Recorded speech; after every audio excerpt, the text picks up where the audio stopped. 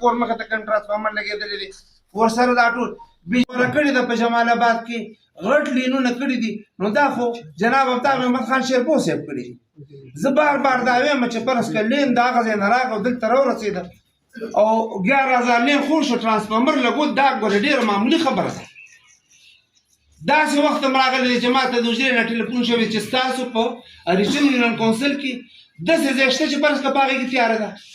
اشرف خان ما ته ټلیفون وکړه ما به لکه کوم ځای یاد کړو داسې ځای خو نشته یو کلي خو داسې نه چې بجلي پکې نه ده او ابتاب خان پکې بجلي نه ده لګولې بیا هم د ځان نه یو کلي ورکړه رسید امران قانوني مو ورکړه موږ ورته ویل تیار کار دی اشرف خان ته ویل مه کوو چې دا خو هم په خصوصیاتي کار دی 11 ستنې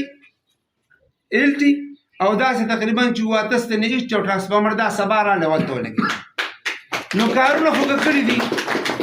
خو کړي دي خو جناب افتا محمد خان شیرپور صاحب کړي دي سویګیز د عمرزو د سر ناتین چپې پراخوشي شوي دی په دې ملک کې خور شو مخکې چې کوم کار شوی دی اوس د ارشاد مې وي د سویګیز خبره داسې ده چې موږ شروع په طریقه وکړه جمال آباد مړومبې وکړو کالوني مړومبې وکړه ورپسې جمال آباد دی دغسې د ارچن یونین کونسل چې همدغه طرفه را په مخه کړو لومبې به ارچنو شي ورپسې به چې دی نو مضافات چې کومې بانډې دي دغه به کېږي نو دا